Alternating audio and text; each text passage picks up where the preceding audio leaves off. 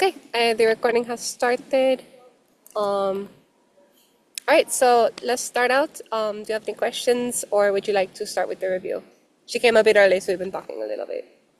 So, mm, can we start with uh I guess you could start with chapter 5 Okay, because yeah, yes, that's okay. I will share my screen. All right, you can see my screen, correct? yes. All right, so we're going to go over chapter 5. This is going to be at breakneck pace, but if you have any questions, obviously ask. That's fine. Yeah, I'm just going to give you like some of the key stuff that you're going to need to know. Hmm. We won't do any of the practice questions until the end, potentially, and we won't go over like any of like the anecdotes, really, just because there's how many slides? 60 slides. So, Yeah. Okay. um, but yes, so chapter 5 is about my bad, about genetic variation and evolution. Okay, so we don't need this. All right, so what is evolution? A couple basic things. It's small changes over a long period of time and not within an individual's lifetime, but within like the lifetime of the species. Um, yeah, we don't need to go over this evolution. Yeah, it's It's okay. pretty, yeah.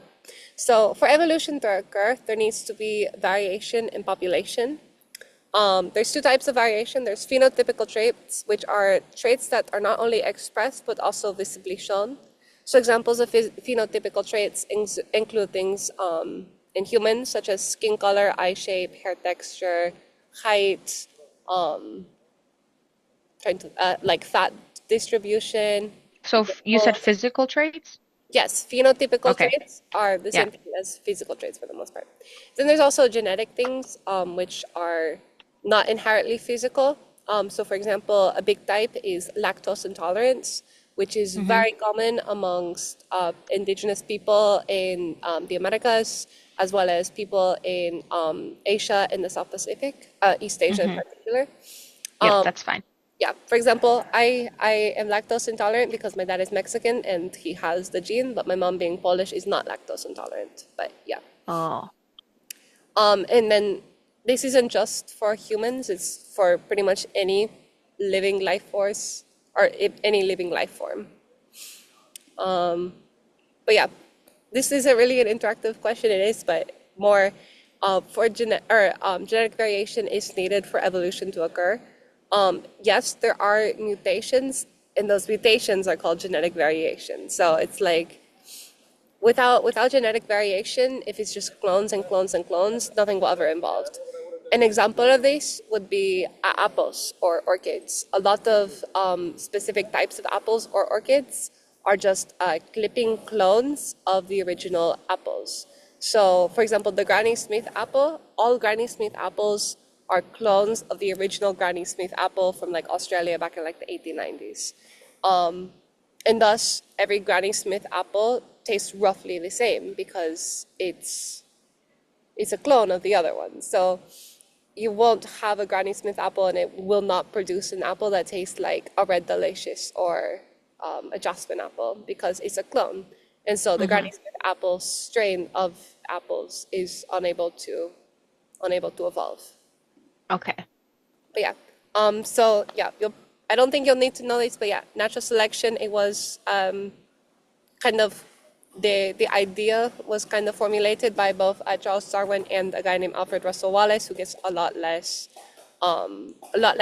of the spotlight. And what natural selection is the mechanism of evolution, where traits are selected for or selected against. So some conditions that lead to traits being selected for or against, or the conditions needed for selection are variation. Again, if everyone is identical, then there will be no genetic variation and thus evolution cannot occur. Heritability, you need to be able to inherit the genetic variation of the parents. If you're unable to inherit it, then it's like, the trait kind of ceases. So an example of this that I remember Dr. Kosa using, I think last year, was if someone gets a rhinoplasty, a nose job, their children will not have a more aesthetically pleasing nose because that is not something that is heritable. That is something that is environmental. And even though it is a change in an individual, it is not a genetic change and thus not heritable. And thus, your children will not have smaller noses or whatever the reason you got the rhinoplasty for.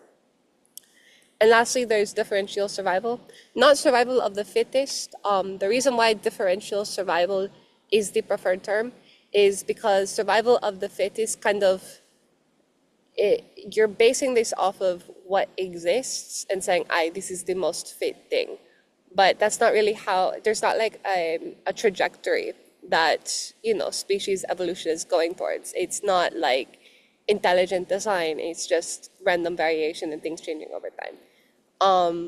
So survival for the best conditions might be better, but differential survival tactics is the best way of saying it. But essentially, survival of the fittest. There are four main types of selection. These are the first three. There's directional, for example, with the mice, where a specific genetic trait is selected for or selected against.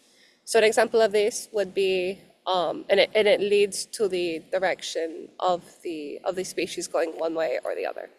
This one's to the left, it can also be to the right. Or this one is to the right, it can also be to the left. So an example of this is, say there's a population of mice and they are living in an area that is with very rich soil colors, The mice with the darker fur shades will have a better chance at survival, a better chance of passing down their genetic code and of their offspring having their genetic code if they're able to blend in more with this rich soil than, say, mice that have very light colored soil that are easily spotted by predators and easily picked on. There's also disruptive, using the same example of the mice fur color. Say there are two mice, let me restart. There are two kind of biomes within the same ecosystem. There's one which is more sandy, say like a beach, and one has very rich soil that's very dark, right? You'll find that the mice that are able to go to the darker side are going to be able to survive better, and the ones who are able to the mice with the darker fur color are able to survive better in the darker soil conditions, and thusly also the mice with the lighter fur colors are also able to survive better in the sandy conditions. And because there are these two pools that are able to survive better, the ones in the middle would not be able to survive better in either of them.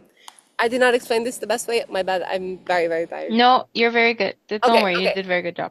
But basically, the ones in the center are selected against, and the ones at the two extremes, given their ability to survive better, are selected for.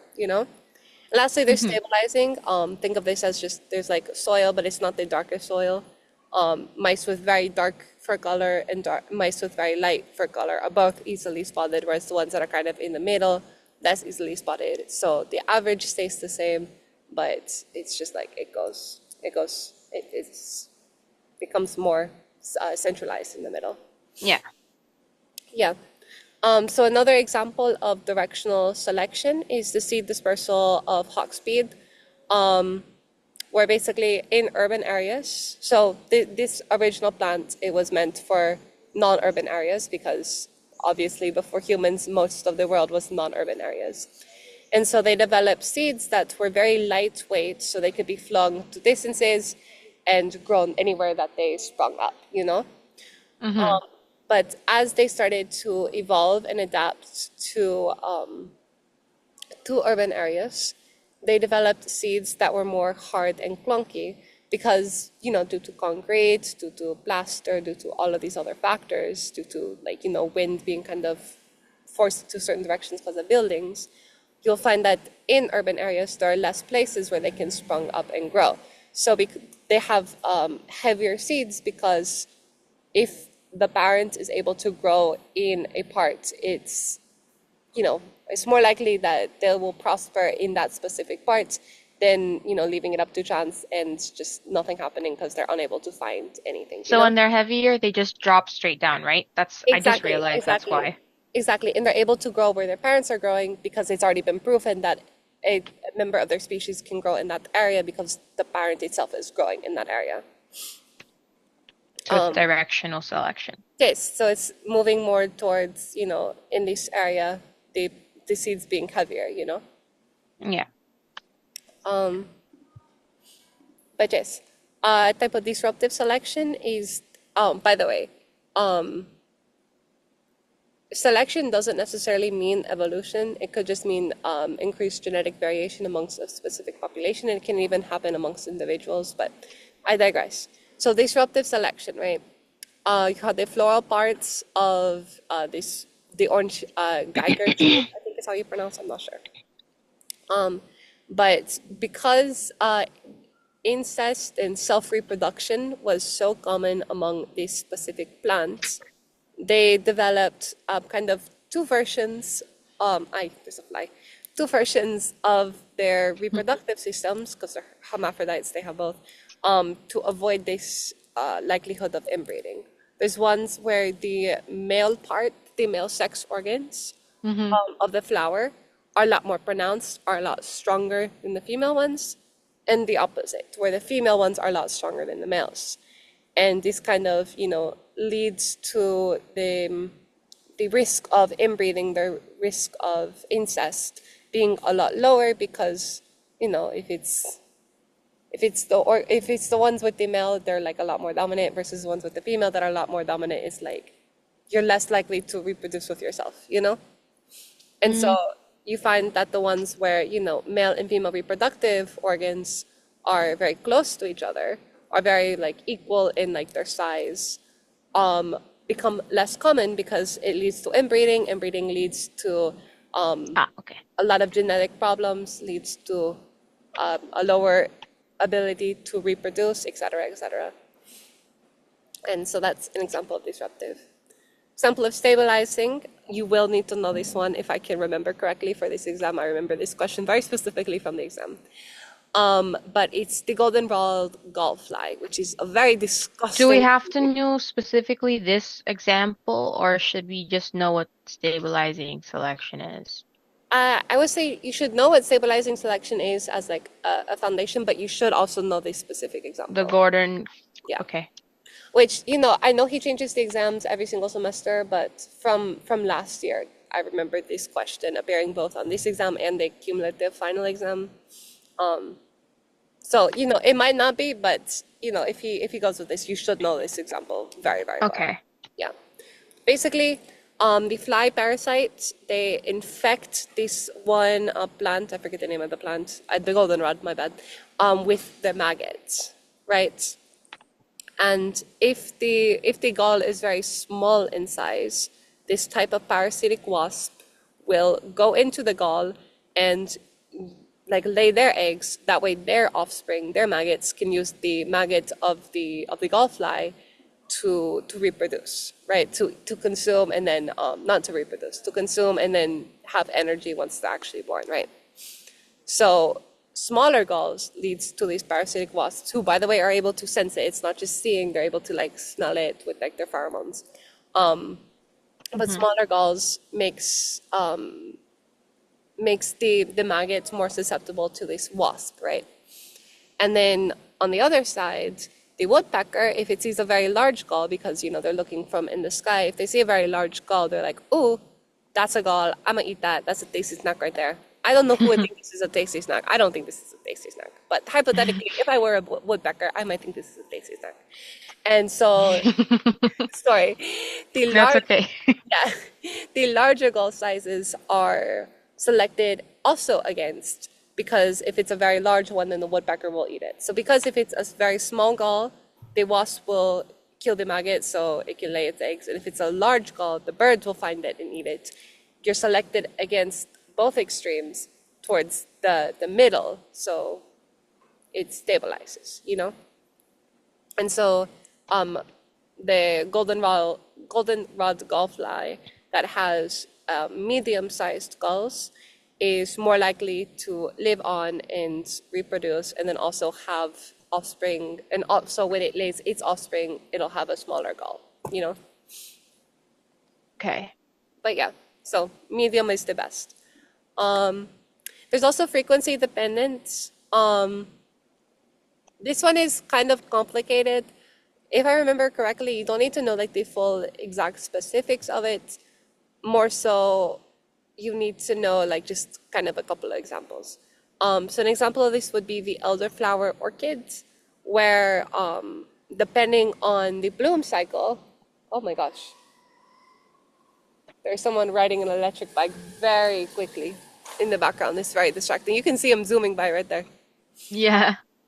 Um, anyways, so the other flower orchids. So basically how this works is, depending on the seasonal bloom cycle, they will prioritize a different color. So, say seasonal bloom cycle 1, it'll be yellow, seasonal bloom cycle 2, it'll be purple. And it'll have it so it's like, the majority of their flowers is one color, but a smaller majority or a smaller minority of the flowers is the other color. And the reason they do this is they don't produce any nectar, any reason why, any like food, any reason why insects like bees or grasshoppers or other pollinating insects should come over to their plants and fertilize them or pollinate them. There's no reward structure. So young bees early on and other pollinators early on will go to the one that's more common, realize there's no potential, and just stop pollinating them, right? But then they'll see that the other color is more rare, think perhaps it's a different species, and thus pollinate it more. And so the next cycle, there will be more of the rare species and less of the uncommon species, or more of the rare species and less of the less rare species. So if the first cycle was a lot of yellow, very few purple, the next cycle there'd be a lot of purple, very few yellow. And it kind of repeats and repeats and repeats. And Okay. this one, I I'm kind of understand, but I'm not the best at teaching it. Oh my gosh, no, so it's here. Hello. hello. Sorry, I was So late. Traffic. that's okay. I have a question then. Jess. So let me get this right. Mm-hmm. So based off the season, there's different colors. And the Pretty much, Jess. and the bees want the fresher flower, I guess, so they look for new colors. Is that what it Not is? I'm kind of confused. not the fresher flower. The more uncommon flower is the one that they're going to be more attracted to because they know that the one that is not uncommon, they know the common version doesn't produce nectar, doesn't produce any reason why they should go and pollinate them. So they'll go to the rarer ones thinking, oh, this is rare, this is the plant I'm used to, and they'll pollinate that So one. they're looking for the one that's gonna have the most pollen, so the one that's gonna get noticed the least, right? But And that would be the one that's different. neither of them have nectar. So it leads to, Logan, do you wanna? So it's a trick. Yes, Yeah, they're trying to trick it. it's basically a trick. They're basically saying they have the common flower that the flower has no pollen. They have the common one, so the bees go to that one, and then they learn that this flower has no pollen, and so they start to go to a different one, but the only different one is the uncommon one, but it still has no nectar. Yeah, it still has no nectar. Because it's the And same so species. Yeah. yeah, so they're just being tricked, basically. Like there like difference in phenotypical traits. It's like the same difference as like a tabby cat and a black cat. They're both a cat. Mm-hmm. On the chase, but yeah, no, but yeah. Yeah. Okay. I'm still like it's not sticking for me. So I I think we're yeah, gonna have to come back to it. I'll come back to that's it. okay. I'll That's ask you okay. tomorrow. All right. I'm not the best at explaining frequency dependent selection. Because like I understand it, I don't know how to explain it in a way that like other people will. I guess like a kind of a way to think about it is rock paper scissors, right? Oh, actually, is there Oh, the lizard. the The lizard's the the better way lizards? to think of. Yeah. Oh, Yes, the this one lizards actually are it is rock paper scissors. That's how they explain it. yes. I'll let you Um, explain the lizards because you're the president of the herpetology club. um, so I actually knew about these lizards beforehand. Um, been a minute. So basically, what happens is, there's lizards that are each different colors, and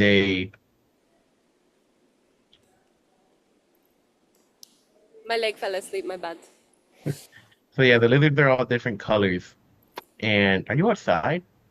Or is that your background? I am outside. No, this is in the background. Oh, okay. Yeah, hold on. So the lizards, they're different colors and they'll, it's been a minute. Wait.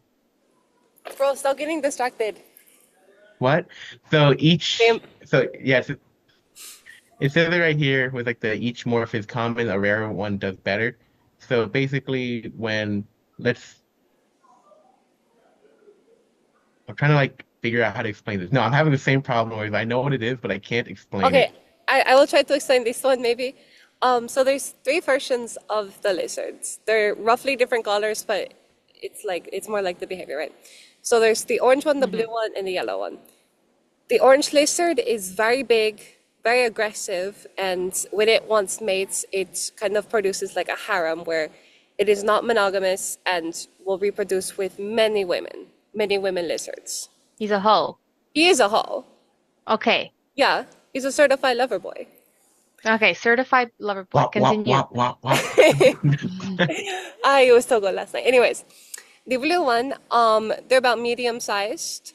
They're guarders. They will guard the person that they're monogamous with, the lizard that they're monogamous with. And so The blue one the blue will one, guard the one that's yes, monogamous. Okay, yes, they're yes. a simp. They're a simp.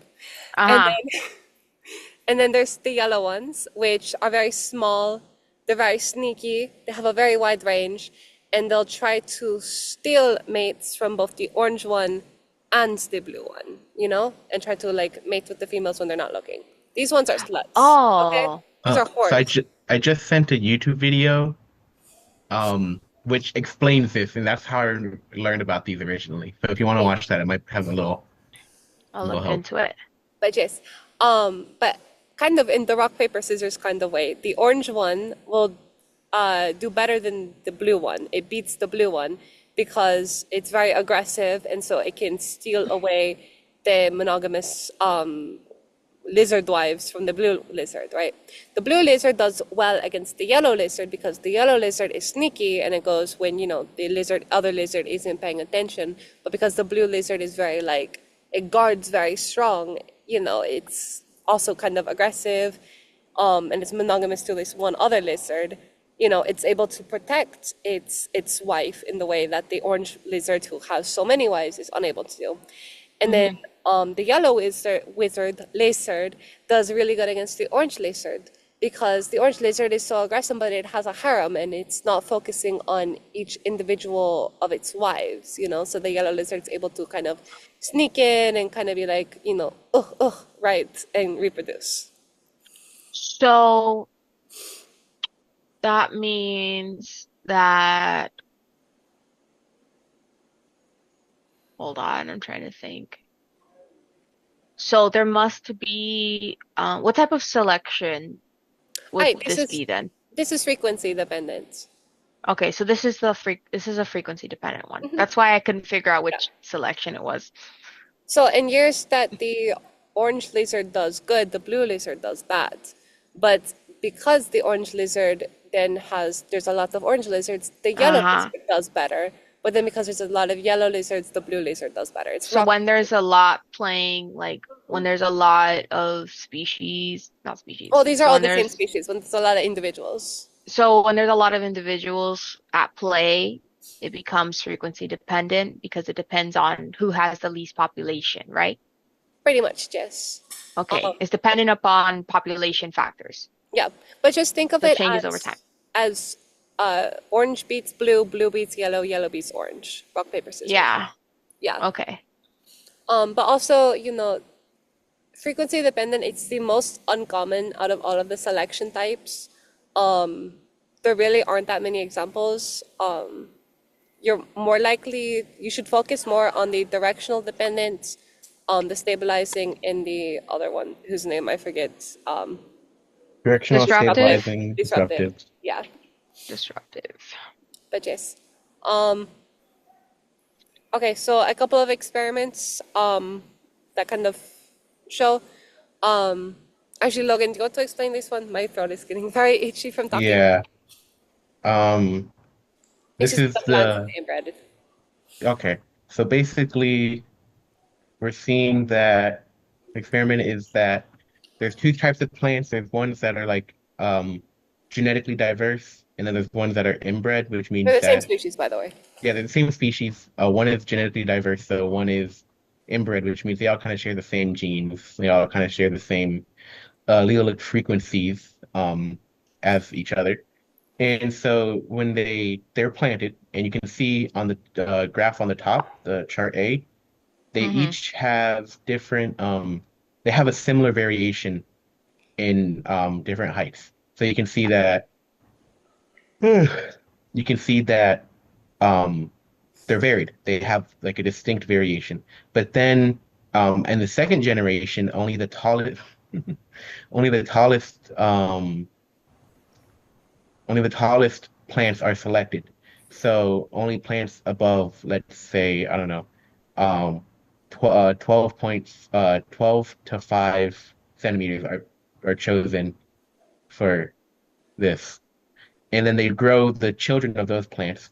And you can see in the green one, which is inbred, they still show the same variation, or at least a similar variation as the original as generation one, while the orange, which are the more genetically diverse um, variant, they have shown a directional selection towards taller plants. And so, because of the reason that the green ones stay the same in variation while the orange ones change, is because those green ones, they're inbred, so they all have the same allele or genetic frequency as each other. Okay, That but probably what I thought, Oh, sorry. I'm going to add on to something to maybe help like explain it because we're all humans and we think of things in human terms. Imagine you have a friend who is 5'6". This friend clones themselves 100 times. And each of these clones, they're going to be roughly 5'6". There might be some environmental factors that make them less than 5'6", like they got more nutrients growing up or less nutrients, but roughly Mhm. they're going to be 5'6". Now, say you have a group of people, it's 100 people, just random people from all over the world. You're going to have a lot more height variation than that group of, your friend that's all 5'6", Oh, right? I understand now. Okay. And because, yeah, yeah, and because you're able to kind of select for taller traits by saying, of these 100 people, we're going to It's a let like favorite trait. Yes, we're gonna let the top 20 tallest of them like reproduce to see if their children are going to be taller than the average. You'll see that the averages move, but if you just let a couple of the 5'6" clones of your friends reproduce, they're all going to be roughly 5'6" again. And there Okay. might be some genetic variation again because of environmental factors, but for the most part, there's not really going to be a huge like you're not able to select for taller genes in the same way you are from a genetically diverse group of people. yeah, Yeah. yeah. I have that very poorly like I use all the jargon and all that jazz when I explain stuff. So I I'm not find the best people at this. genuinely like find things easiest to grasp when you compare it to like humans or when you No, compare it to like other things. that's real. No, Yeah. you're on top of that. I thank you, thank you. All right. There's also artificial selection. Big thing about artificial selection is it's just humans like artificially choosing certain traits. So, for example, with dogs, a lot of it's aesthetic or personality based, like, going from wolves to like a dog that's like, able to be like personality wise is able to be a good caretaker for sheep or like aesthetically wise is very, very pretty, like a poodle. And then with other animals, there's the wild boar. With the wild boar, how they artificially selected is they selected for traits that made the pig have more meat, more pork. So when they consumed it, it was because like with the wild boar, they're more muscly. With pigs, they're more porky. They're more like they have more of the actual meat that humans want to eat. Yeah, That's the boars are just more lean, while mhm, the pigs have more fat content. more lean and well, it's not just fat because there are other parts of pork that humans like. Yeah, Yes. And then also they kind of train them to be more docile. And with the Aroch, I don't know if that's how you say it, Aroch, I don't know. And the cow, something similar happened where, it went from something very muscular to something that more has the components that humans want to eat. as well as more docile and more easy to milk, smaller horns, so if there's an accident, you're not dead, et cetera, et cetera. And you've been seeing a lot of this with like artificial, or not artificial, but like genetically GMOs. modified artificial selection, where basically this process that took centuries and centuries to complete nowadays is happening over the course of like a generation or two, just because you're able to gene edit a little bit easier with these species. So you're able to make like, instead of, over time going from something that was like, 10% fat, like 90% muscle, to something that's like, 80% muscle, 20% fat over a couple centuries, you can do that in like, or that's, you know what I mean, over like the span of a couple years. This also Mm-hmm. happened to plants. Most well known with the corn, where it started off as this kind of like bush with some grainy stuff. And over time, the indigenous Amerindian people of Mexico and Central America, we kind of like, I wasn't there, but my ancestors and other people's ancestors, they kind of artificially selected so it'd be bigger, juicier, more corn. Ignore And whatever is in sweeter. my hands. And Exactly, more sweeter. And sweeter taste and flavorful. tastier, yes, and fill Thank people up God. a lot more. Yes, I don't think I could eat broccoli. exactly.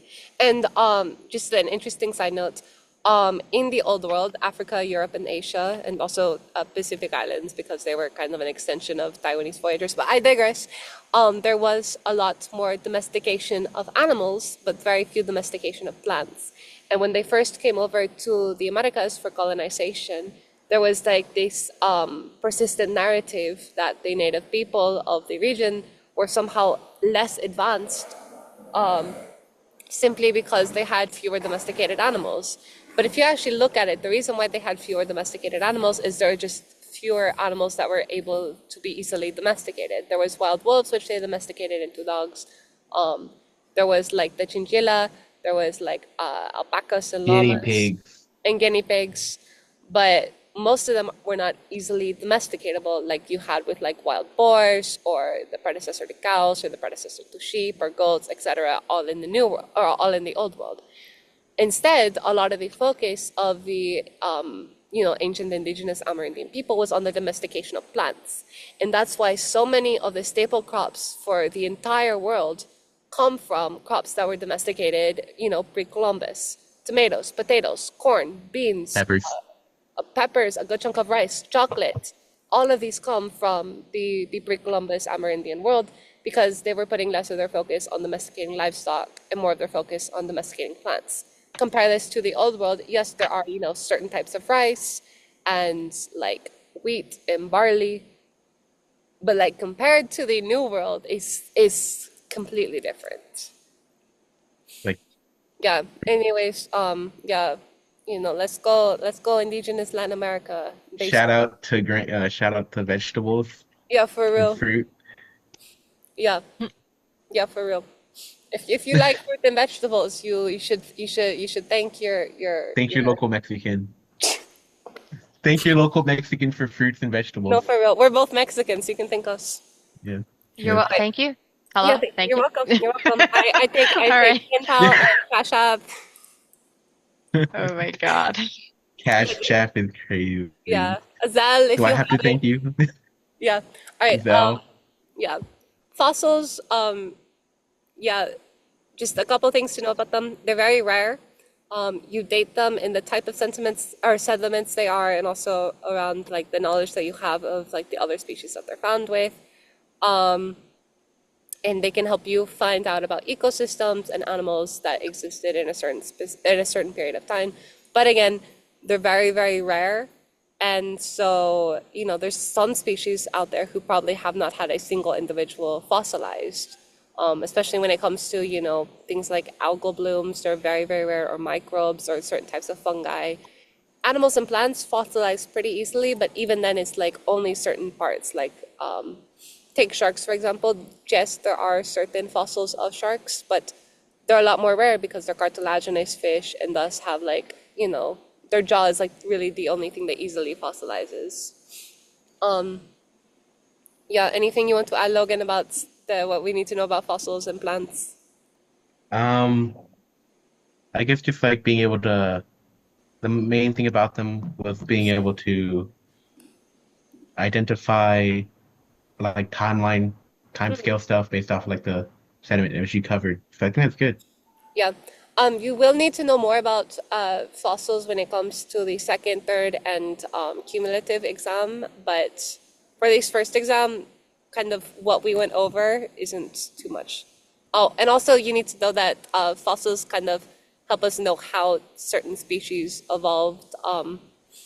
For example, the whale, they originally started off as like kind of a wolf-like animal, and they evolved into something that was kind of like a mammalian, crocodilian, and then Actually, they're ungulates, related to okay, no. but they had a similar niche to wolves, Logan. I didn't say they were related to wolves. Did I? No. I said that they No, were similar to wolves. no, that's true. I'm watching you. I'm watching you. I'm watching you. I bet you are. Anyways, and if they have something left over, for example, like the tiny itty bitty little legs in the back, those are called vestigial organs, vestigial limbs, vestigial parts. Um, but Wait, yeah. wait, wait, spell Okay. that. Damn. It's on the screen. Wait, can you see my screen by the way? Okay, Yeah. perfect, Oh, perfect. Vis- vestigial, I see it. Vestigial, yes. I do think you will need to know the term vestigial and what it means, but it's So not too legs in the back. yes. Well, not just legs in the back. Just think of it as um Useless, like a useless part of the body that shows that they once evolved from something else. For example, our tailbone. tailbones. I was about to say the tailbones, which I broke over the summer. The first bone I've Ouch. ever broken. It was so painful. I fractured my tailbone and broke a little bit of my hip. Most painful shit I've ever gone through. Do not recommend. I put Context, I fell down stone Eastern European stairs. Not fun. Oh, no. I put bones that came from evolution. Well, they don't necessarily have to That be bones. So vestigial traits are just how I would describe that's not a them very good term. I'm sorry, is not you. I'm talking to myself. oh so basically it's that they why are we looking at stairs? Oh, Oh, this is I'm what you showing broke what I your fell down. This shit. oh This what's the word? shit. This is So how you break your basically pelvis. they are traits, they are features of an organism that is no longer used that stems from a ancestral like an ancestor species. Mhm. So in the case of the whales, they have vestigial legs, or vestigial bones that used to be their legs when their ancestors were on land. But because like they no longer need it, so it's now useless. It's just a vestigial limb. Yeah. Think of vestigial as like useless, but it tells the story of something that used to exist. Yeah. Yeah. Okay, Like for an example, the I U.S. got it. Constitution. Okay, you got it. Okay. hmm Yeah, you don't have to explain it, but I'm sorry. I just because I know we're at slide 48 and I want to go to chapter 6. This is okay. We're literally I'm almost gonna done with this torture you chapter. guys. We're almost done with this chapter because a good chunk of the slides, like we have like less than 10 slides left on this chapter, and most of Yeah, them, Oh, they're like okay. yeah. they're I will say practice. this for the case of people listening. The U.S. Constitution, not the U.S. Constitution as a whole, but parts of the U.S. Constitution could be seen as vestigial. For example, it was, I think, hold on, was it the 20th Amendment? 20th Amendment. Wait, no. Which amendment was prohibition? 18th Amendment? I, the 18th Amendment, it is still in the Constitution. And basically, it is the Prohibition Amendment. It says that alcohol is illegal, period, full stop, end of sentence. It was undone by the 23rd or 22nd Amendment. Thank God, and I can drink my LeBron Hennessy in peace. No, for real. The But we still 22nd have Amendment. it. It's like a 21st. skeleton Yeah. in the closet. It's still written Yeah. in the Constitution, but Skeleton in the closet. That's a good one. I like exactly. that But Analogy. yeah. it repeals the amendment, even though the amendment is still within the Constitution. A less amazing example would be how technically the Three-Fifths Compromise still exists in the U.S. Constitution, even though it was later undone by the 13th, 14th, and 15th Amendments to the Constitution. But yeah, Nice. think of the 18th and 21st, or the 18th Amendment as a vestigial organ of the U.S. Constitution. Okay, yeah, evolution of vascular plants. There's not a lot of fossils. We kind of depend on computers and models for that. Homology is just a shared character. Actually, do you want to explain homology? It's just like shared characteristic that shows a common ancestor, right? Yeah. Yeah. Um, Yeah. yeah. Okay. Yeah. So And two yeah, the examples. bones. Yeah, with the human, the salamander, the whale, and the mole, we see they all have, it's shaped differently, but they all have roughly the same structure on their appendages, where there's like, I have this very like delicate part with like little phalanges coming off that's attached to like a different part, which is attached to a different part, which is then attached to the whole body. So red, pink, yellow, red, pink, yellow, red, pink, yellow, red, pink, yellow. They all have it. So this shows that they all have a shared common ancestor who evolved to have this kind of appendage, right? Because they have this shared characteristic. It was like an amphibious. It wasn't an amphibian, but it wasn't a fish. It was kind of in that in-between zone that evolved this trait.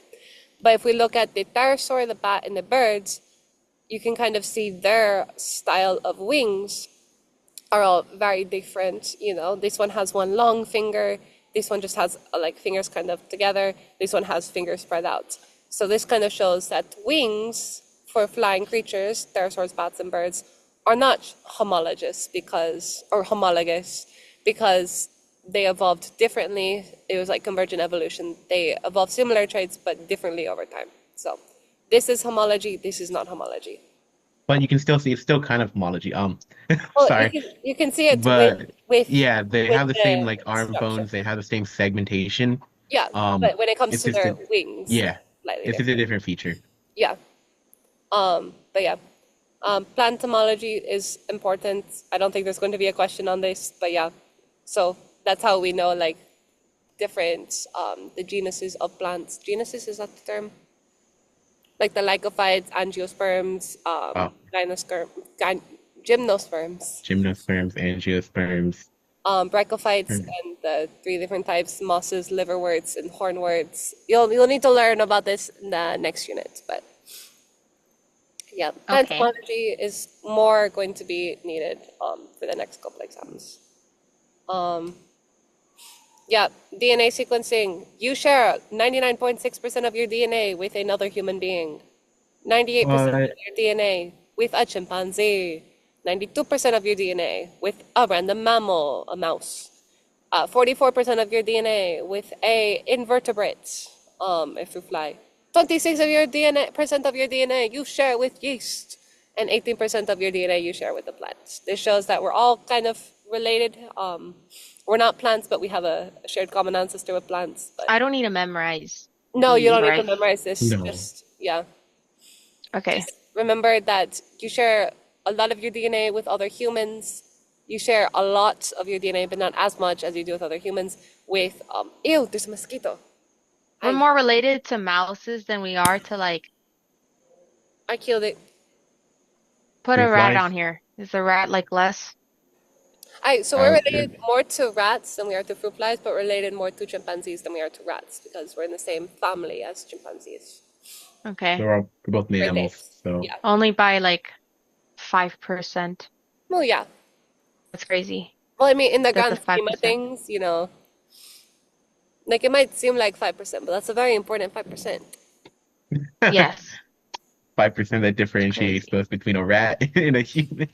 Yeah. Well, for humans, it's 8%, but you mean a rat and a Oh, chimpanzee.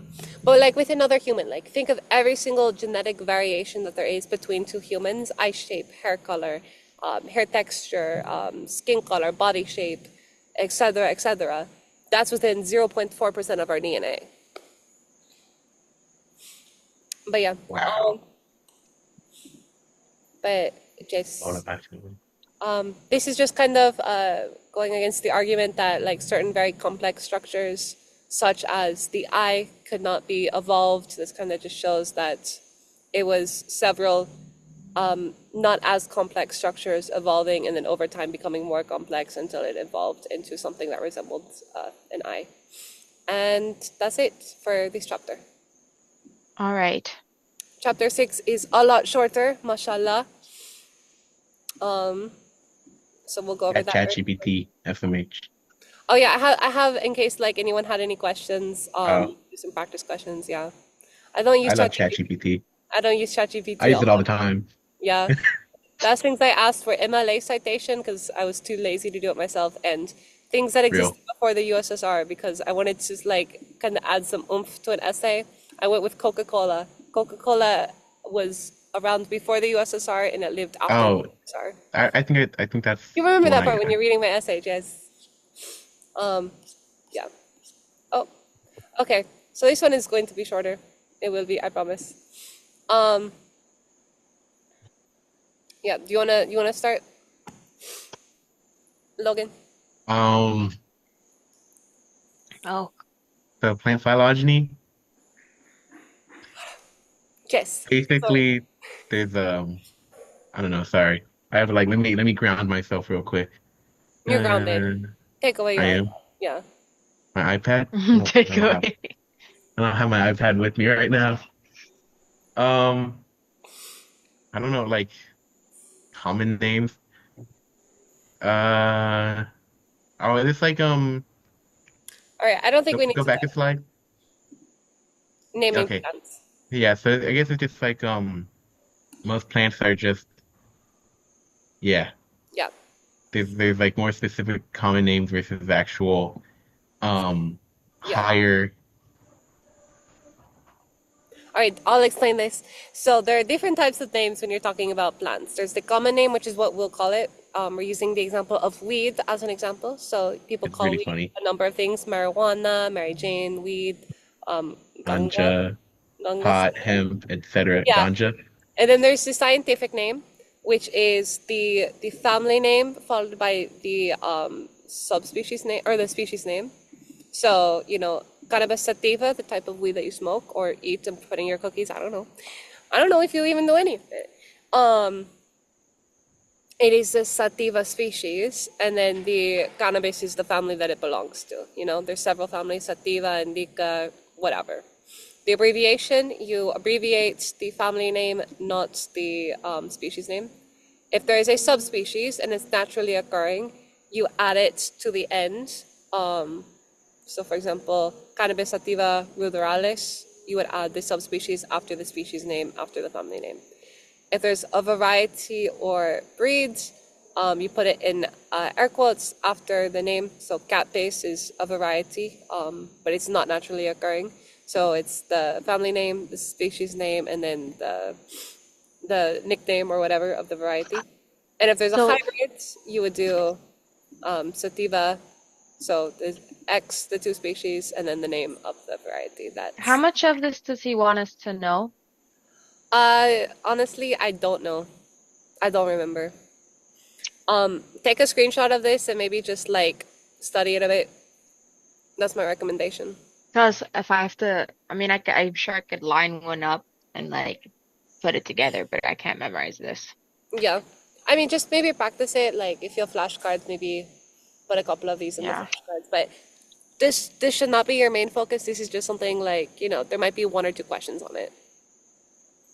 Okay. So you should practice it. I'm not saying you shouldn't practice it, but also if this is like right before the exam, you don't want to be spending 2 hours on this. Mm-hmm. Yeah. Yeah. Okay. So phylogeny. Oh, okay. Phylogeny outline. Um, okay. So systematics is the science of classification and grouping. Phylogenetics is basically systematics for life. Think of it as the tree of life. Um, tree of life is kind of a metaphor that is used by a lot of cultures to kind of represent it. Yeah, Europe, native, indigenous Amerindian, Desi, you can see kind of, yeah. There actually is a tree of life kind of symbol. It's the baobab tree in Niger, Africa. They actually have a baobab tree on the University of Coral Gables, the other university in Miami. Um, Really nice. it's Nice really tree. slay. It is really slay. We actually went there with Dr. Kosa not too long ago. Wait, what? Yeah, there's a baobab tree. That's nice. It is very nice. Will they get to go to the Gifford Arboretum? I think so. That's one of the trips they have to go Okay, on, so you'll or get they to see might. it. I don't know. Or no, I think it's extra credit. Yeah, I know This they go looks to like the. something from Jungle Book Yeah, it does. Or Lion Real, King. or I like, real. know. yeah. I know they get to go to the not the Gifford, the Fairchild. Fairchild. I think that's a lab time though. Okay. Yeah. So we're going to the introduction slides. Okay. Um, so phylogeny is hypothesis of evolutionary theory. Reason it's a hypothesis is not a fact is there is some heavily educated guessing going on. Because there's a lot of educated guessing, there are, occasional types where like, the tuatara is not a type of lizard, it's its own thing, I really like Okay. tuataras, so, but yeah. So it's educated guess mostly, but yeah. Um, this is the actual phylogenetic tree. It's very complicated. This is a simple version, so it's less complicated. Another mosquito. Okay, I got it. Um, bugs hate to see me coming. Uh, All yeah. right. Logan, do you want to discuss this part? I'm kind of tired. I think the mosquitoes That's are fair. smoking on my blood. Oh no. So, phylogenetic trees, like, yeah, it's a hypothesis, and basically, the main point of them is to simplify and to identify how a species has changed over time, and to identify what its closest relatives, to itself are. So, of course, you could have a phylogenetic tree like this, or like a large tree like this, where it has all the different nodes, the different females, males. Um, but that's not really the goal of a phylogenetic tree because it's not focused on individuals. It's focused on populations as like a whole. So with this one, you can see that it's talking about species A, species B, species C, not the actual individuals within those species. So it's just a simplification. Yeah, Okay. I just think of the different branches of different species emerging. Yeah, Hmm. very, very, yeah. Um, basically just the same thing. And if there's like a little, I don't know the term for it. I'm just gonna call it a node because that's kind of what it looks like.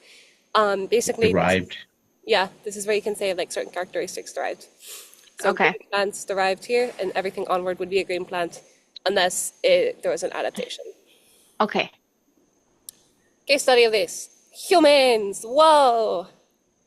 Um, Yes. yeah, Yes. Yes. it's kind of misleading, but kind of. Um, yeah. Hold on, human physiology.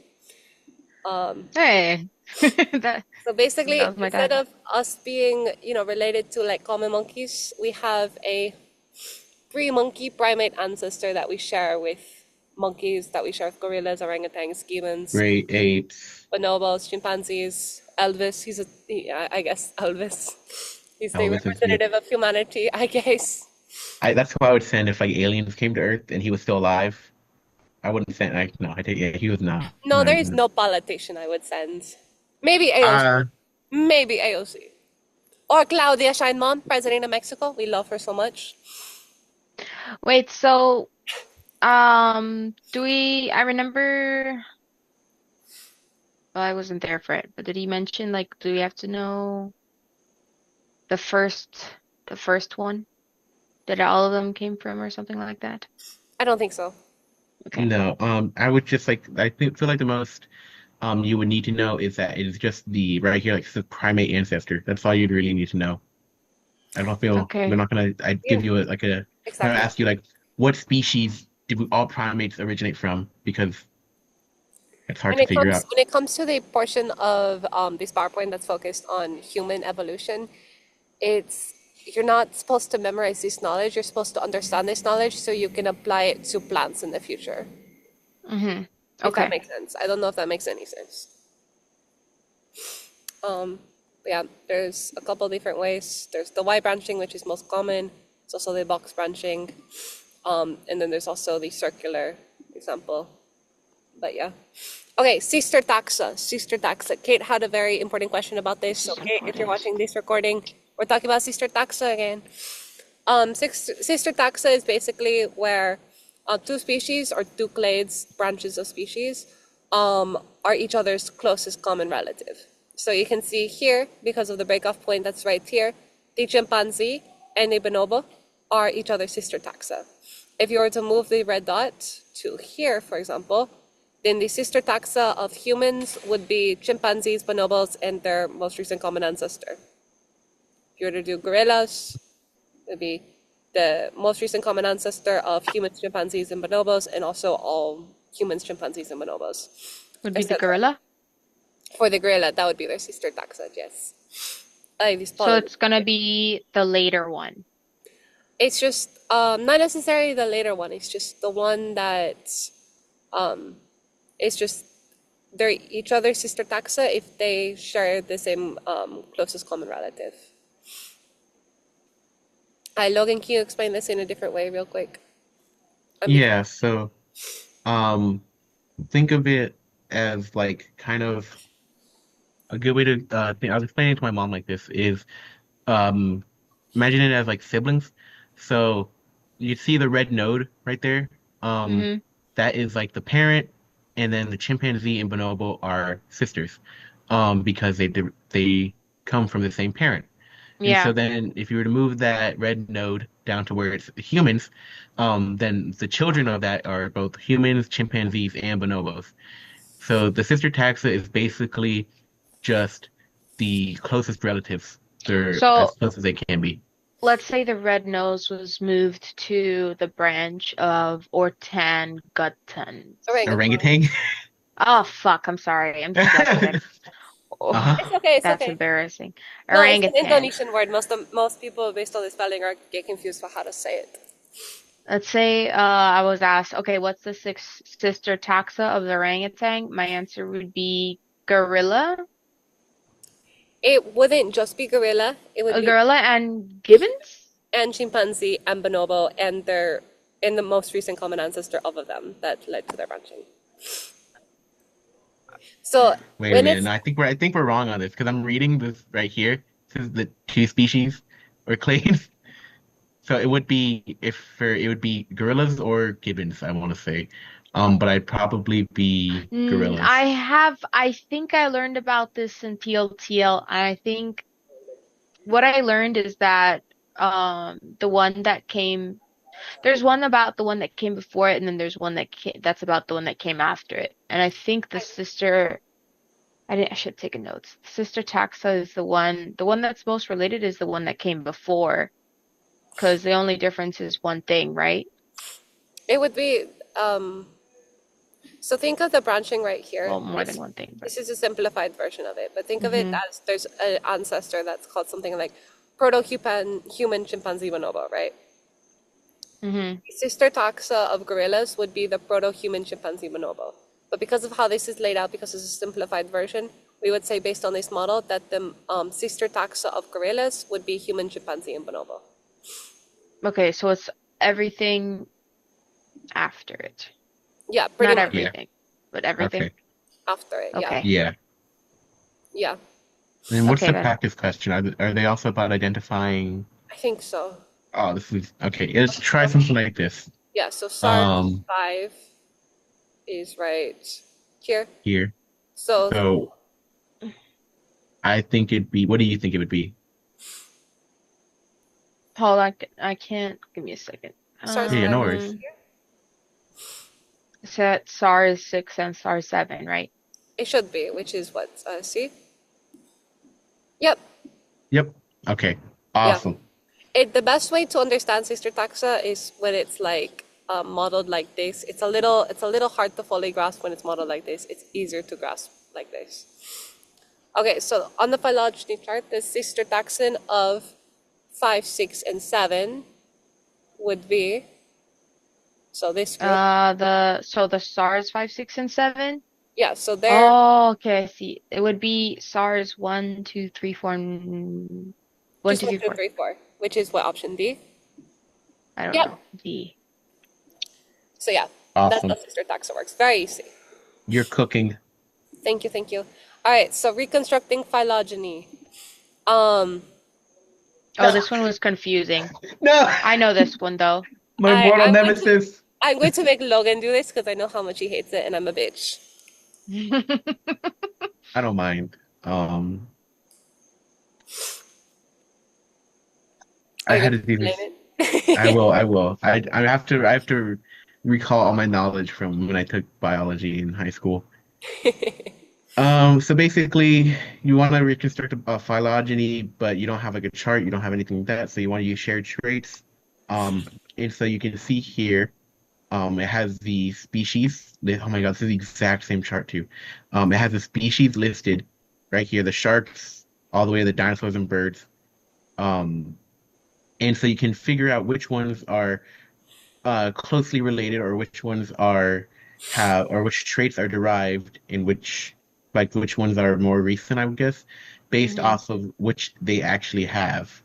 So you can see that sharks only have one. They only have vertebrae. Makes sense. They only have vertebrae compared to literally everything else on here has vertebrae and more derived traits.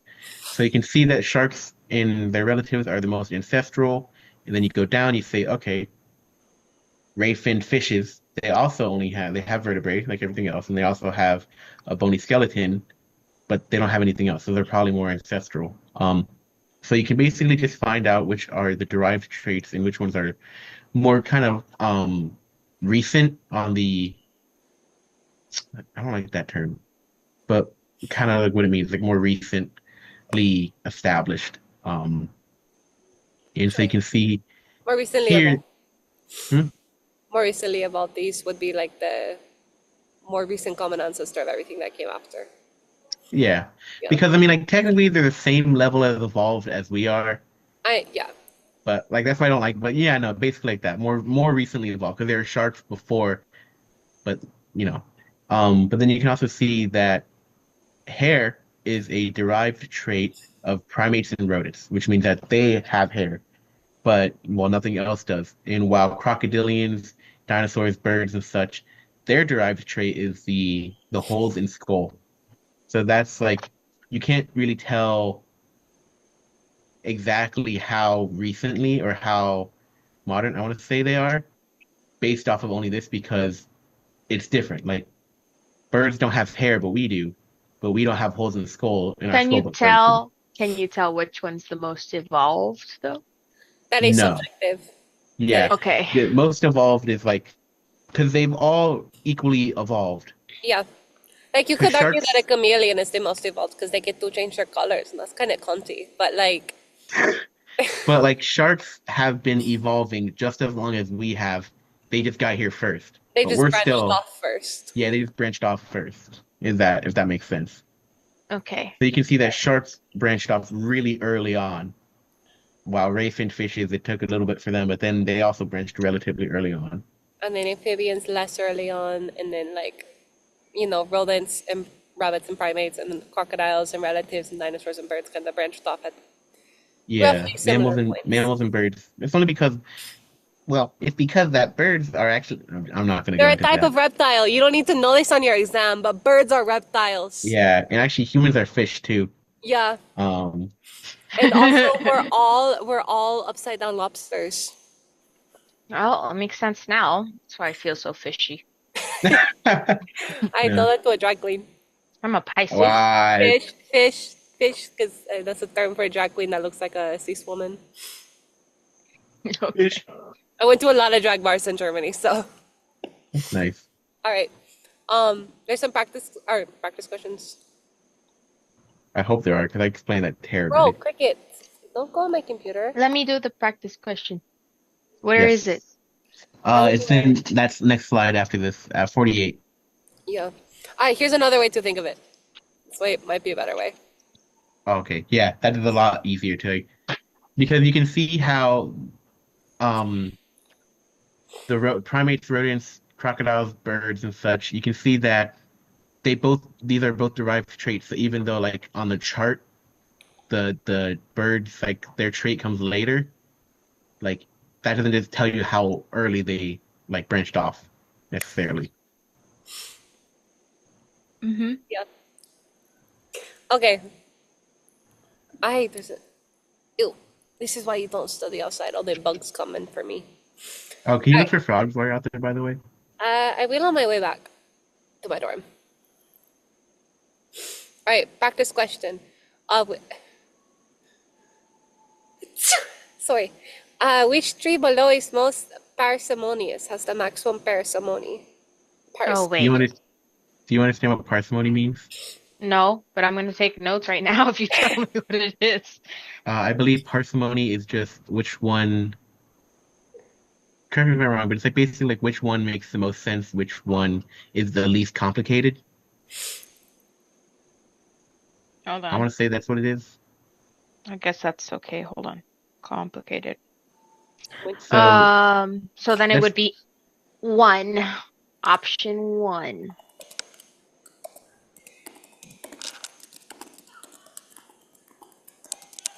Taxonomy and phylogeny.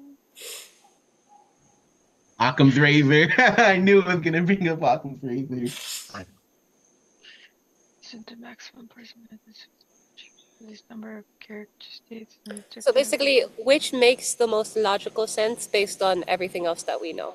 You know? Number one. It's still number one. I Uh, could be wrong. wait. That's good. There we go. They're trying to trick me with the both or neither part of the question, but I know it's both. What do you mean? Oh wait, no, it's one. It's one, sorry. Okay, Tree yeah. number one. So why do you think that's the case? Because it's the simplest one. It derived from one common ancestor and they slowly started changing. But tree two splits into two completely different species, which probably means that like they either had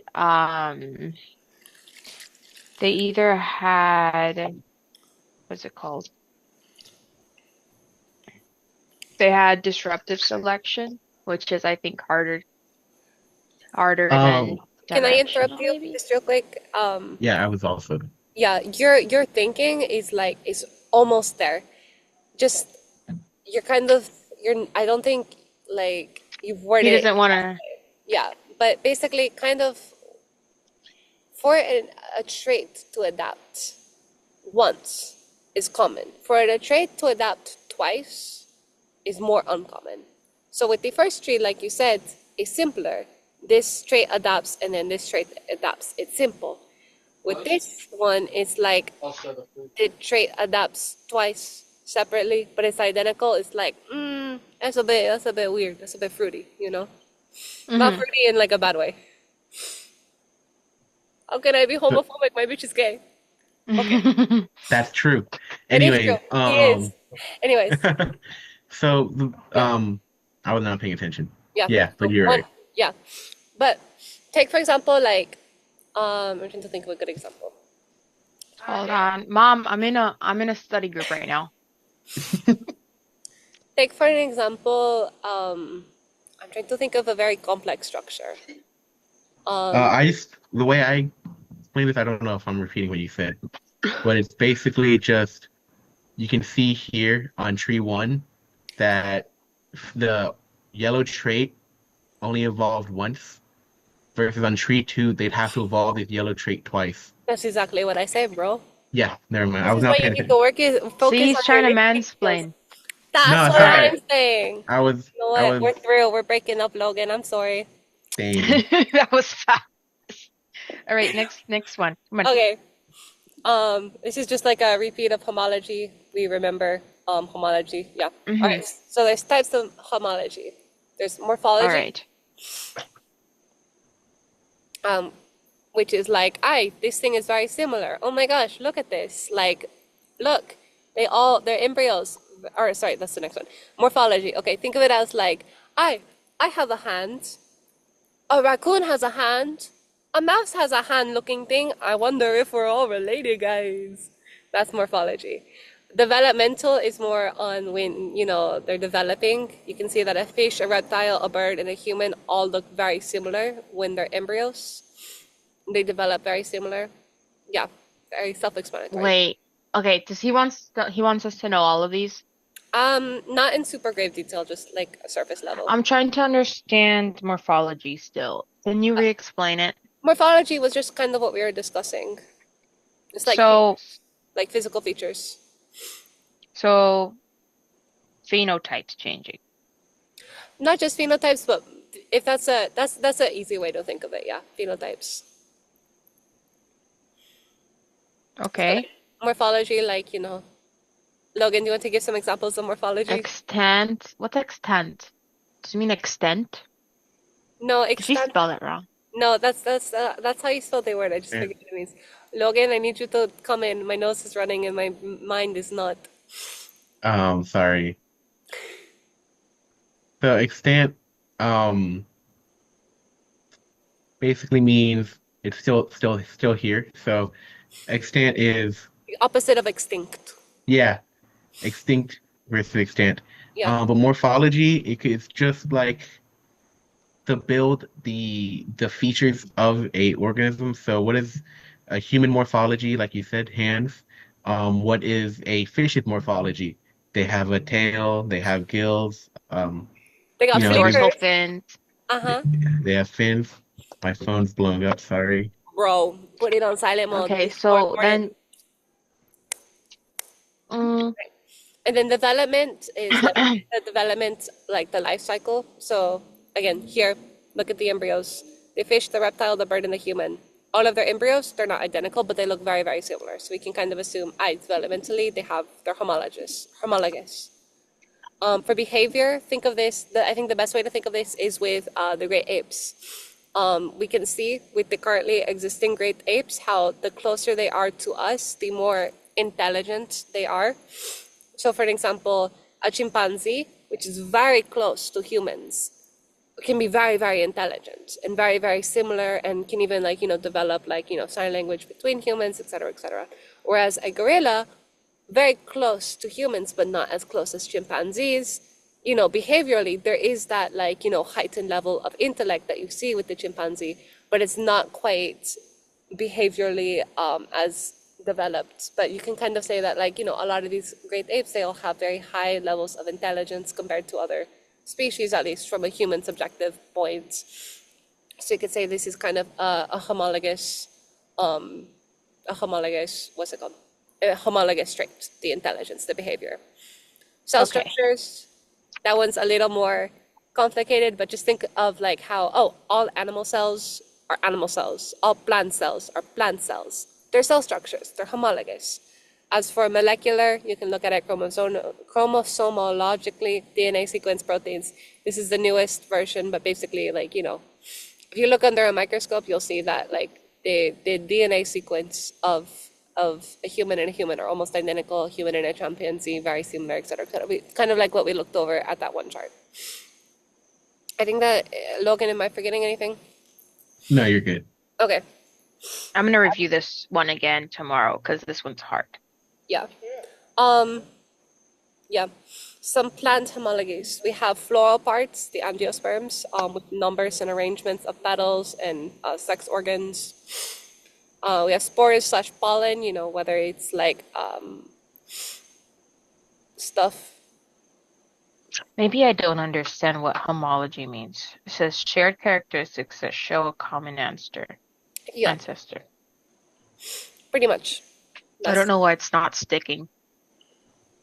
Think of it as, bro, I'm trying to think. Show common ancestors. So they're common traits, like Yeah, think of hands it and as- fins. Yeah. Like almost all mammals have hair. That trait is homologous to what being a mammal is. All mammals, as our namesake, is able to produce milk. That is a homologous trait. Mhm. Yeah. People watching the recording are going to have fun with that. Anyways. Okay. yeah. So here when we're mentioning plants, we're talking about how they share like the characteristics of the leaves and like the characteristics of their species of plant. Is that what it is? Like certain traits can be homologous, yeah. Like, okay. So how they reproduce could be considered homologous? Yeah, like in lab, there's we looked at seed production, spore production, and pollen production, and those are all, different homologies that like homologies, that sounds so weird, but like they evolved like once, and it kind of shows that they have a shared common ancestor. I think a Yeah. good way to think of it, because again, you're not going to need to know the specific details of this yet. This is more preparing you for the next couple units. But orchid morphology.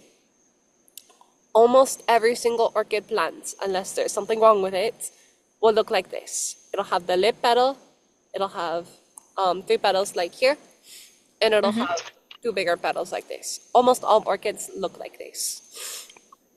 And it kind of shows that, oh, this plant structure in orchids, it's homologous. All orchids have it. It shows they all have the same common ancestor, for example. Like, No, okay, basically, you're right. I have another way that might help you think of it. Say your great grandfather has, I don't know, very big feet, right? And all of his children have very big feet, and all of his grandchildren have very big feet. And my bad, I started coughing because I swallowed a bug. And all of his What? grandchildren, including you, hypothetically, have very big feet. In this case, the having big feet is a homologous trait that shows everyone who has it has the same common familial ancestor, your great grandfather. You know? Mm-hmm. Does that make sense? Yes. Yeah. Okay, now think of this on like a wider species level with orchids. Instead of having big feet, they have this very specific, right here, petal shape, petal layout. That is the word I'm looking for. Let's say T3, the lip is very big. Yes, Yeah. yeah, Like the big feet. yeah, but just like, exactly, it's kind of like the big feet. That would be Oh a my homologous goodness. trait. That means they all have the same common great great grandfather, only it's not the great great Okay. grandfather, it's like millions of years ago. So great great great great great great great great great great, and also it wouldn't be a grandfather because orchids are hermaphrodites. So great great great great great great great great great great great grandmother father or whatever you want to call it. Grandparent. They actually Grandparent, have a that's a they better actually have a term. gender neutral That's term a for that better term already. right there. That's a better term. Okay. Um, It's giving that one time when one of my cousins was dating my other cousins, and the other cousin was non-binary, and I was like, I wish there was like a gender neutral term for like partner or spouse. We settled on they friend. It was iconic. Shout out That's to pretty Ray and good. Julian. I love you guys. They're not related, no incest. Before I should say. Ray is Colombian, Julian is Mexican and Filipino. Genes do not cross. I don't know why I'm doing that with my hands. We need to move on. We need to move on. Um. Anyways, Logan, do you want to explain? Plant homology. Um, so basically, you can see here. I mean, you kind of just went over this, no? Yeah, Um, just some other you just see examples. like very similar characteristics between the coffee family and how they even though you can tell that they vary like in color and shape and um other small variations um but they're still the same basic they're still the same basic feature. And you can also see that in the morning glory, even though the leaves look rather different on the two of them, they still have that Same structure. very um that like four-part shape. Flower characteristics are often also homologous. Almost all begonias, for example, have at least part of the plant that looks kind of like this with the flower and the leaf. It doesn't matter what this. I get it. Yeah. Okay, that helps. Yeah. Okay. All right. Um. I. This is a practice question. A phylogenetic tree is a hypothesis because we don't know if it's 100% true. It shows the history. It shows blank history, evolutionary. It is a simplification. It is reconstructed using homologous traits, which are shared characteristics inherited from a common ancestor that was a population. Yeah. Okay. Um, yeah. So a clade is a most recent common ancestor and all of its descendants. Hold on, I need to write that down. Yes, you do. Very important. Ay, these allergies are killing me. Oh my goodness. I might be sick tomorrow, Loki. No. I am not feeling good. I think I'm getting a head cold from all the pollen. It's so funny that you study this and you're allergic to pollen. I, it's It's not like that I'm, being a person that has to study nuts and seeds and you're allergic to peanuts. it's not that I'm That's allergic. pretty. Logan, you want to say something, Logan? No, the being allergic to peanuts was funny. Hi. Okay, let's move on. Let's move You're on. gonna get me in trouble. You're Oh gonna yeah. get me in trouble.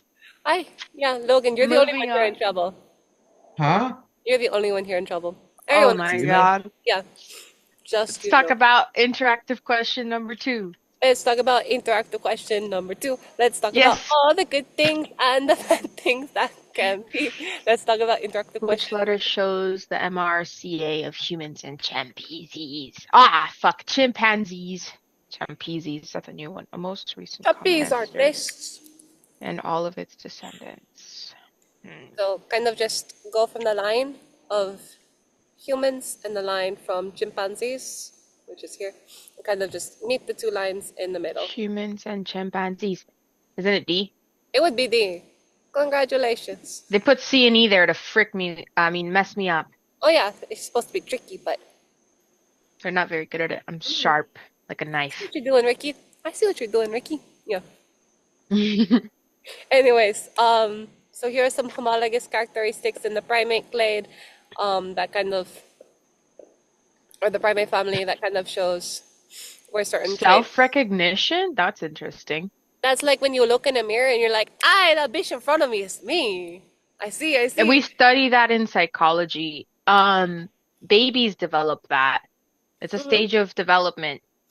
It also has to do with like depth perception, I think. I'm not quite sure. I don't remember. I Well, have you to can restudy thank that. the an ancestor of the orangutans for that. Not the gibbons. Fuck the gibbons. They don't know who they are or where they are. They don't know if anything's happening. They've They crashed don't out know who they 80 are. million years ago. They They're don't know having who an they. identity crisis. They're like, who the fuck is this person in the mirror? Rip the They gibbons. make good house They pets. they they do not mess with the Michael Jackson song. Mm-mm. The man in the mirror? No. Yeah. It's just a weird person. I don't know. Gibbons don't know the man in the mirror. Yeah, they don't. All right, we're getting close. We're getting close. So some practice questions. Which letter shows So the MRCA of the platypus and platypus? the elephant. These Like carry words, the platypus. man, Carry the are platypus. exposing my inability to read right now. Carry the Platypus platypus. and elephant. Where's the Yeah, elephant? the It's elephant the is here. last one. So if Which you of the just following is the nearest common ancestor of platypus and the crocodile? chill. Oh my goodness. Crocodile is C. Oh my goodness. Bless you. Thank you. Um. Bless you. Oh my goodness. I'm dying here. No, it's the platypus and the elephant. What would the most recent common ancestor be? Crocodile, no? C? No, it's asking for the letters. It's asking for the letters. So bring it to the What middle. letters? Oh no, you said C, right? Yeah, I said C. I think a little bit Oh, higher. D. Yeah. It would be. Wait, so not. Oh, that's tricky. The best way is just to use So your it is the platypus. So it's technically it is D. You're yeah. right. Where Because the the two meet up. Because that's what you yeah. discussed before. It is a Okay common then. ancestor. It's just not the most recent common ancestor. All right. Okay. What is the most recent common ancestor of SARS-5 and SARS-7? So wouldn't it be E? It would be, oh my goodness, the allergies are eating me alive. Yeah, I I feel bet. like I'm a house of wood and the allergies are the termites. Okay, what about SARS-2 and SARS-5? SARS-2 and SARS-5, it would be C. Wait, I need to check. Probably. Let me Yeah, know. no, you're right. Yeah, it will be C. My bad. I got distracted because there was someone. Oh my gosh. There's T. I will tell you after the recording is over, but there's somebody I know walking by and they were talking to someone in a way. Actually, no, no, I'm not going to be a chismosa right now. We need to study. Okay. Okay. Okay. On Okay. this on this phylogeny of eukaryotes, algae, brown plus red plus green plus diatoms plus dinoflagellates, blank a clade. Multicellular eukaryotes. Man, this is a tricky question. Multicellular eukaryotes, plants, animals, some fungi, blank a clade. Are or are not? Okay. Bro, I kind of passed out during that. Logan, you're handling this.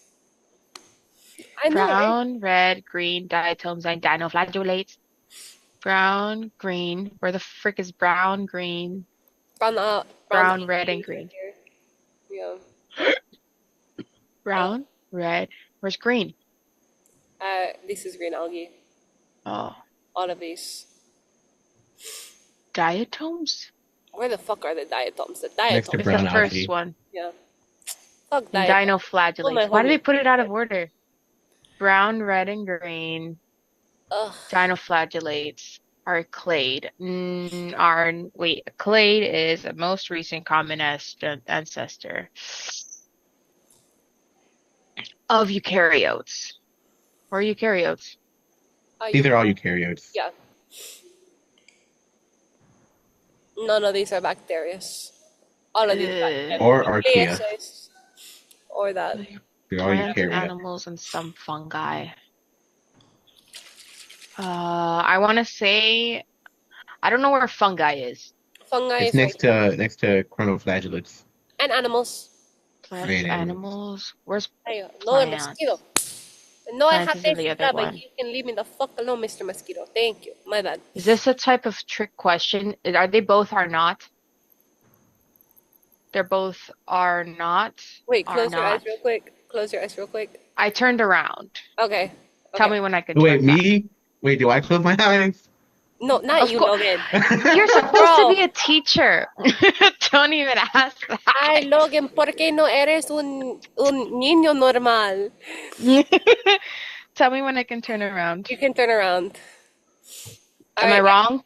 no, you're correct. It would not be a clade. It would not be a clade. So none of them are clade. So would it be a clade if everything in SAR was a thing? That would be, but Yeah. because it's two different ones. Okay, so for the second one, plants, animals, and some fungi, would that be a clade? Plants is a separate one. Mhm. Fungi and animals are together. But I would because say no, it's not a clade because they're not all together. that's correct. The answer is D. D as in, I don't know. Dog. That's not what I was thinking, but sure. That's okay. Yeah, that's the school appropriate version I was thinking. Anyways, practice question number 6. Which of the following are clades on this tree? I hate evolution. Parentheses. Which of So the following are clades on this tree? all of these, Australopithecus. Where the fuck is Australopithecus? Why do they have to do where's the A? Oh, where's C? Homo? Where's Homo? Homo, No no. homo. No homo. Australopithecus, Yeah, Australopithecus is right here. Ay. and Panarthropus. Man, that's okay. So I'm gonna go with Astra D. I'm gonna go with B. I'm gonna give up. Oh wait, it's asking if they're together on a clade or if which one makes a clade. Which one is together on a clade? Oh, so then it would be Homo and Astro. So that's B and C. F? Let's see. What? No, it's A and C. What? Okay, A is So- Panarthropus. So the reason you can tell this, so you can see that Panthropus, it's only including the ancient Panthropus, Panthropus Ethiopicus, I want to say, and its descendants, the two on the top, and then Homo is only including the ancient Homo ancestor and all of its descendants. However, Australopithecus is not a clade because you can see the most ancient Australopithecus branched into the both Paranthropus and Homo. So that's why Panthropus and Homo are clades, but not Australopithecus. Wait, this is okay. This one's confusing. Hold Hi, on. So, What happened? Paranthropus and Homo are clades Hmm. because Homo branched out to create its own. I guess you could call it a tree, and Yeah. Paranthropus also made its own tree. Hmm. But And Australopithecus includes everything. is- so it's not considered a clade because it's by itself, sort of. Well, because it evolved into the other two. Okay, I see it now. Because remember, a clade is the most common, the most a I'm clade sorry. is the most I'm sorry. There's something in the ancient, in the or it's most ancestral, including all of its descendants. So Australopithecus can't be because it's the most ancestral, and its descendants are no longer Australopithecus. Okay.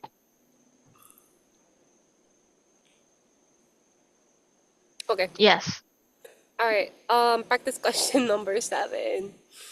A derived new trait that defines mammals is so I'm just sorry. I'm one of those people that don't know the difference between a mammal and oh, here it is. A It says it. mammal. so I mam almost exposed myself. Hold on. you already did expose yourself, but it's okay. Mammals Oh, have shh. traits. That's the easiest way. Platypus do Hold not on. Hold have. on. Well, they produce What? milk with their weird Derived milk nature. gland skinny They things. have sweat. They have mammals have mammary glands. It's their whole thing. Well, it's either mammary gland or hair. Yeah. So So when hair. COVID does this a lot, where there'll be multiple answers, but only one answer on the actual Of sheet. the The options, Jess. Yeah, that's the word on the option. So COVID does this a lot. So you kind of just have to like realize that while mammary glands is also one, hair is the only one given. So that's the answer. Okay. Yeah. It seems Okay. like something he would do. He likes to do that. I needed to text my wife. She needs to give me the anti-sleepy sparkles because I'm starting to become sleepy. Okay. Oh yeah, I'm the affair partner, by the way. Yeah. I'm married to my best friend, and like, I mean, we're not gay, but we're both women, but it doesn't matter. And he's the affair partner. Yeah. Yeah.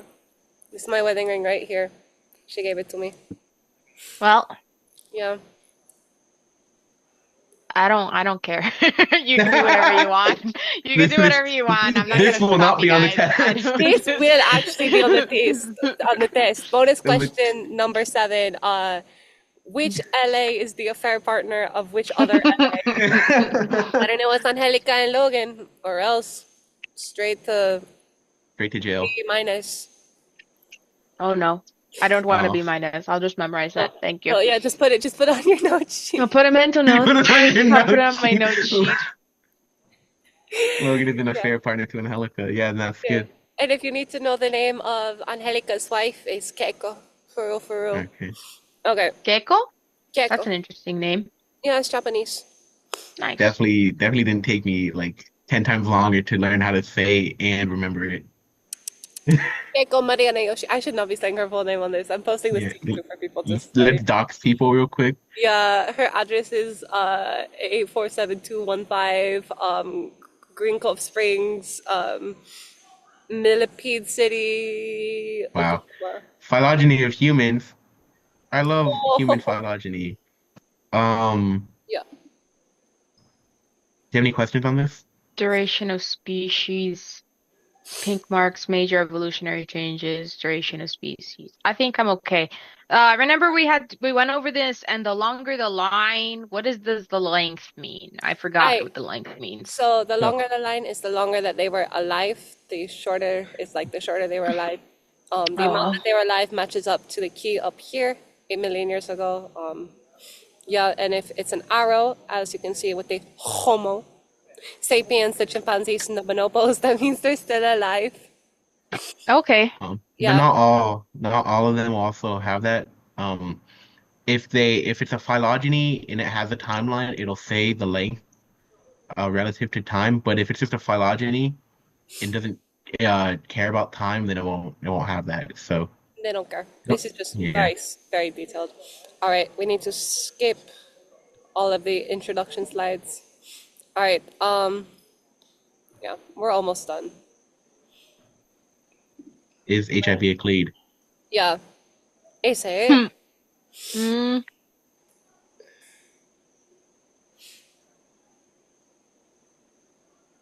answer. well, it doesn't seem like it.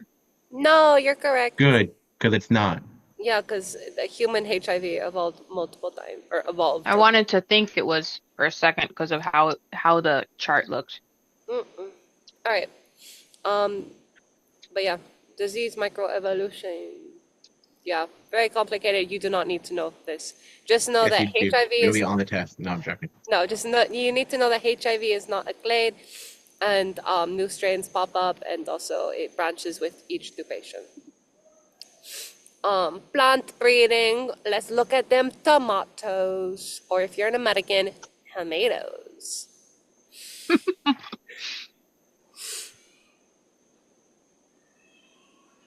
Oh, I'm the person who. I don't know what's going on. Bro, I'm so tired. I forgot what was going on. Logan, can you handle the rest of the slides? We got like less than 5 or less than Sure, 10. I'll try. Yeah, Plant I believe in breeding. you. You got this. So you can see that phylogeny is actually really important, especially within modern domesticated plants. So you can see that they gave like the Galapagos tomato or the other wild relatives of tomatoes. And going off of this phylogenetic tree on the right, you can see that some of these have disease resistance. Um, which is, why are you Yeah, so they breeded the resistance to the disease and they breeded them to the soil that they want them to be breeded to, right? Yeah, basically it allows for prefer like beneficial traits to be added to this by knowing the phylogeny. Mm-hmm. So let's say tomatoes that can take more sunlight and less water were probably they were evolved to live in Florida. Probably like let more sunlight, but water More, availability is pretty good here. But yeah, no, I basically like don't that. know. Like, I think it's dry here sometimes. Depend, because I think it's so hot that it dries out the dirt a lot. oh yeah, no, that's fair. But yeah, it's just like what beneficial traits they would be able to incorporate into their more modern um domesticated species. All right. Next Is the slide. rest about Oh, phylogeny? it'll be You don't need to know basically yeah. this. We don't. Oh, Yeah, you don't really need to know this. This is just another kind of. Yeah, yeah. I This is another figured. similar. That's okay. Yeah. I think you're in the lecture for this part. Yeah, this is the last around the Yeah, last slide. Um, yeah. That's And yeah. it. that's it, bro. That's it. And okay. Any other questions unrelated to chapter 5 or chapter 6? Well, I'm gonna study up tomorrow and I'll tell you tomorrow because I think Okay. are you still gonna have that Zoom for tomorrow? Because I think you've had a lot of Zooms so far and I just missed them. I So don't think so because we have the meeting, right? I don't know. I don't know. I might not go to the meeting so I can host a session and I might just Oh, ask you because I graded ahead for next week as well. And all of the ones I gave a 0 were just people who didn't turn it in. Everyone who turned it in like deserved a 10 for the ones I graded. Oh, So you guys grade the participation oh things? yeah, we do. Oh, well, good luck reading mine. I write like I write like a child. I'm not I no, gonna me too. lie. no, You can I get away. Even you can get away. message No, even with autocorrect, it's not gonna stop me. you get a 10 if you do really well, or sorry, if you do really well, but also if you just do well or if you just show effort.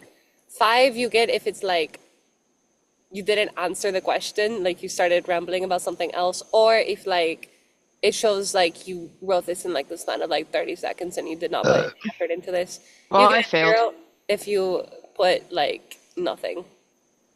Yeah, you only get a 0 really if it's like AI or copied. You'll get a Yeah. 5 if it's crappy, Yeah, and then but like really crappy. Like like it has to extremely be crappy. surprisingly crappy to get a Like it would be five. crappy for a middle schooler. Yeah, or like even like an elementary school. Like I'm not gonna lie, like it's hard to not get a 10. Well, I usually just like I can't. I'm not gonna lie. If you spend more than These 5 minutes on it, you should be getting a 10. I don't know if the professor can watch these, but sometimes he just talks too fast, and I can't write my notes properly, so I end up having to That's Google fair. it. That's fine. So the yapper. I It's love okay. I'm a slow learner. It's not his fault. He's not going to see this probably. Okay. No, he doesn't know how He, YouTube works. he also doesn't have enough time. I love you, Dr. Costa, He if you did are not have watching. enough. You do not have enough time to be watching this. Go back to Gifford Arboretum, okay? We don't want to Go absorb you. go grade your homework, Kosa. Yeah.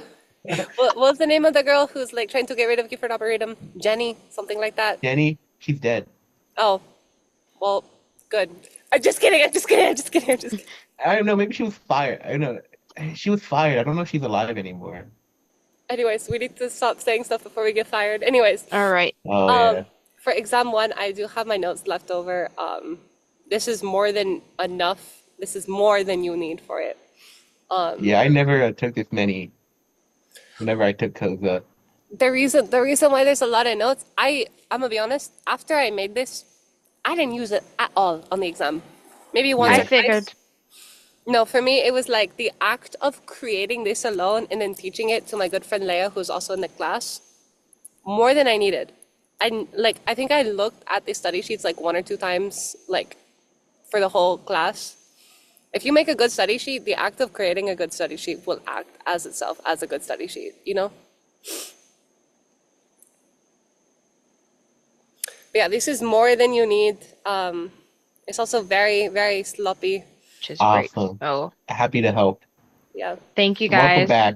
You Yeah. were frozen for a good I was minute. just about to go, Kenji. Oh, I froze. Yeah. Yeah. My bad, G. My My bad. bad, G. All right, Angie. I'll see you tomorrow if I need help. If not, I think I'm okay, but I'll stop Yeah. by to review notes. If Okay. whoever is here has more questions than me. Yeah. I will be trying to hold the session. I make no promises though.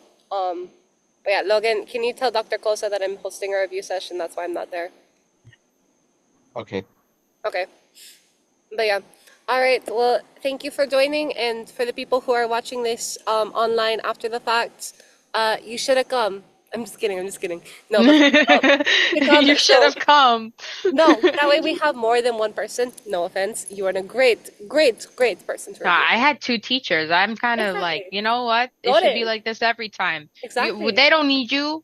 Yeah. Whoever's coming next, we No, don't for need real. you. I'm fine. I got two study teachers. Shame on you.